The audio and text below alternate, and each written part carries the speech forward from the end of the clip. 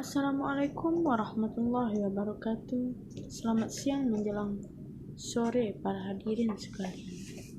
Saya Willy Arizona, mahasiswi Magister Ilmu Komunikasi Universitas Andalas. Di sini saya akan berpidato mengenai fenomena pinjaman online, yang mana fenomena pinjaman online saat ini sangat marak serta sangat memberikan pengaruh yang sangat buruk kepada mahasiswi ataupun itu masyarakat luas. Saya Willy Arizona, mahasiswi Magister Ilmu Komunikasi Universitas Andalas. Di sini saya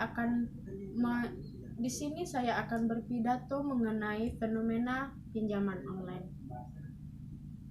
Siang menjelang sore para hadirin sekalian, sebelumnya kita panjatkan puji dan syukur kepada Tuhan Yang Maha Esa yang telah mempertemukan kita pada acara saat ini. Terlebih dahulu saya ingin menjelaskan pinjaman online. Pinjaman online yang mana saat sekarang ini sangat marak di kalangan mahasiswi, di kalangan masyarakat luas, maupun itu di kalangan remaja, karena akses pinjaman online ini sangat mudah kita dapatkan, yang mana pinjaman online tersebut berarti yaitu fasilitas pinjaman uang yang disediakan oleh pemerintahan ataupun ilegal. Adapun penjelasan lain mengenai pinjaman online ini adalah teknologi digital yang dibuat untuk mempertemukan debitur dan kreditur untuk masalah-masalah keuangan secara online atau bisa disebut sebagai intimidasi keuangan. Adapun banyak pakar yang mendefinisikan secara lebih rinci, pinjaman online atau fintech ini merupakan industri yang bergerak dengan sangat cepat dan dinamis, di mana terdapat banyak modal bisnis yang berbeda. Adapun para ahli juga menjelaskan pinjaman online yaitu inovasi teknologi dalam layanan keuangan yang dapat menghasilkan model-model bisnis, aplikasi, proses, atau produk-produk dengan efek material yang terkait dengan penyediaan layanan keuangan.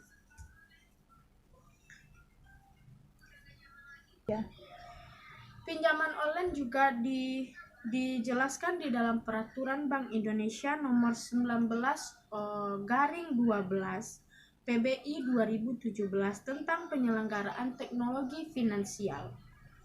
Dalam peraturan tersebut menjelaskan bahwa pinjaman online adalah penggunaan teknologi dalam sistem keuangan yang menghasilkan produk, layanan teknologi dalam sistem keuangan, sehingga menghasilkan suatu bisnis baru.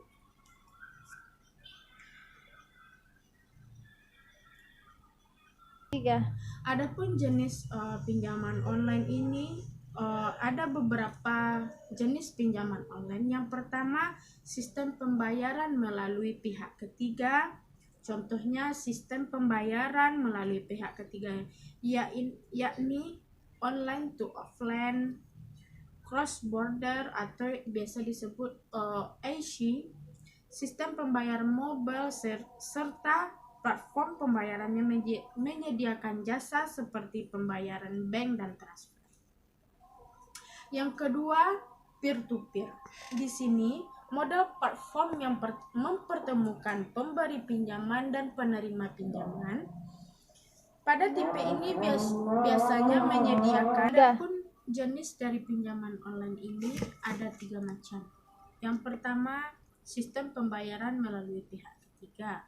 Contohnya di sini sistem pembayaran melalui pihak ketiga yaitu online to offline, cross border atau yang biasa disebut dengan IC, sistem pembayaran mobile, serta platform pembayarannya menyediakan jasa seperti pembayaran bank atau transfer.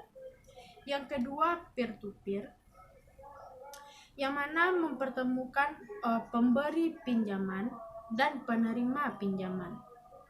Yang ketiga, crowdfunding, yang mana di sini sistem pinjaman online tersebut menggunakan konsep atau produk seperti desain, konten, program, dan karya kreatif yang dipublikasikan secara umum untuk masyarakat. Pihak-pihak pada pinjaman online ini ada 3 pihak yang terlibat di dalam pinjaman online tersebut. Yang pertama, investor, pihak pemberi pinjaman. Yang kedua, penyelenggaraan pinjaman online lending. Dan yang ketiga, peminjam. Relasi antara ketiganya ini dapat dibaca secara berbeda dari sisi akadnya. Relasi itu berkaitan dengan hal-hal sebagai berikut. Yang pertama, relasi peminjam. Yang kedua, relasi penyelenggaraan dengan investor. Yang ketiga, relasi peminjam dengan investor. Selanjutnya, saya akan menjelaskan kelebihan dan kekurangan pinjaman online. Adapun yang selanjutnya, saya ingin menjelaskan kelebihan dan kekurangan pinjaman online. Yang pertama, saya akan menjelaskan kelebihan. Yang mana kelebihan tersebut ada berupa proses pencairan yang cepat, syarat sangat mudah, dapat digunakan untuk berbagai kebutuhan. Beberapa perusahaan tidak mewajibkan riwayat kredit yang bagus. Adapun yang selanjutnya yaitu online.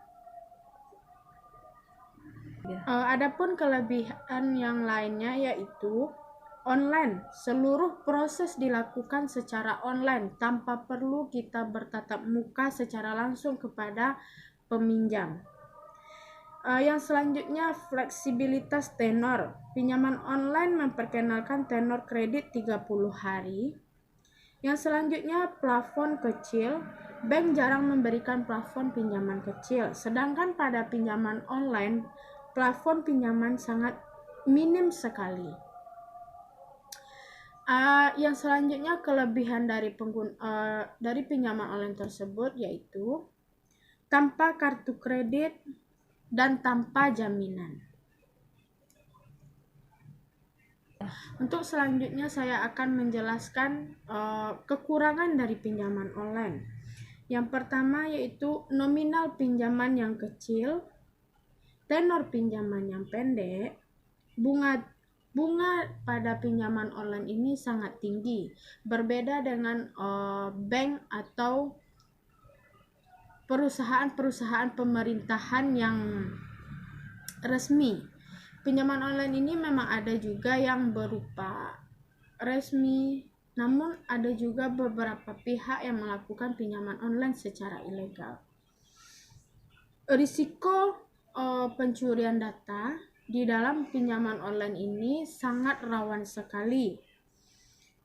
Setiap mengakses aplikasi pinjaman online, calon nasabah pinjaman online ilegal akan diminta untuk mengizinkan akses ponsel mereka, meliputi galeri, kontak, dan lainnya. Inilah yang menjadi kemungkinan adanya kebocoran data atau bahkan data tersebut dijual. Selain itu, pelacakan ponsel melalui kontak dan galeri biasanya digunakan oleh para debt collector sebagai senjata untuk mempermalukan nasabahnya. Adapun yang selanjutnya, kekurangan dari pinjaman online ini yaitu cakupan wilayah yang terbatas. Salah satu tujuan berkembangnya layanan keuangan digital adalah untuk pemerataan inklusi keuangan, sehingga semua masyarakat dapat merasakan akses layanan keuangan yang mudah. Cara dalam pendaftaran dan persyaratan pinjaman online ini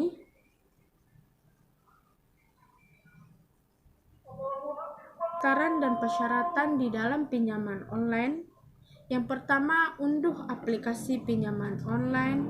Yang kedua, isi formulir pinjaman online. Yang ketiga, persetujuan peminjaman dana uang secara cash. Yang keempat yaitu uang tunai ditransfer ke rekening. Persyaratan pinjaman online. Secara umum, persyaratan untuk bisa mengajukan pinjaman online tersebut adalah merupakan warga negara Indonesia, berdomisili di wilayah Indonesia, usia 21 tahun atau minimal 18 tahun dan telah menikah sampai umur 65 tahun.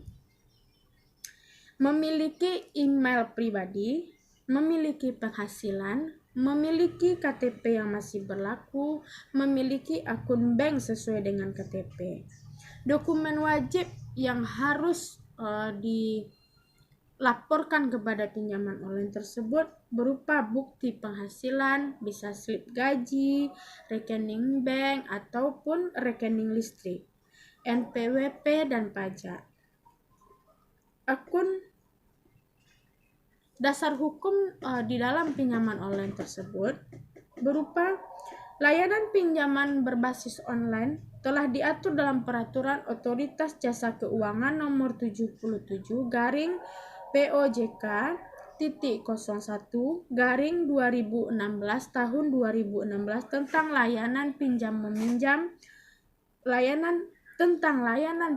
meminjam uang berbasis teknologi informasi dan Peraturan Bank Indonesia yang mana sudah saya jelaskan sebelumnya pada tahun 2017 tentang penyelenggaraan teknologi finansial.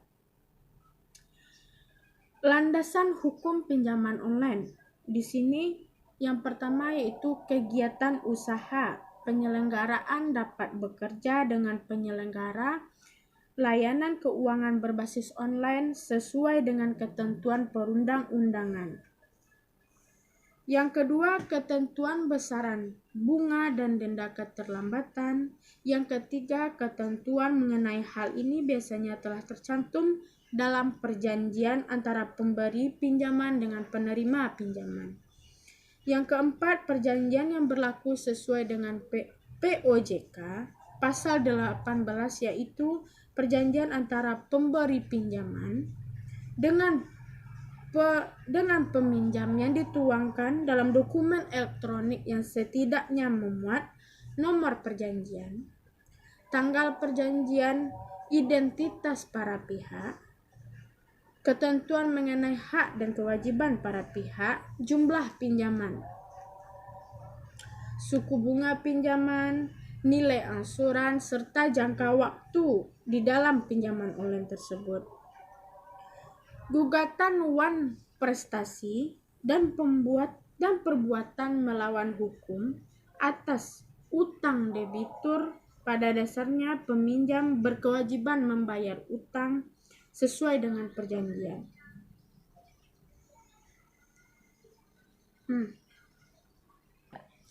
Di era digital saat ini, akses cepat dan mudah sehingga menggiurkan para yang membutuhkan dalam konteks keuangan. Pinjaman online merupakan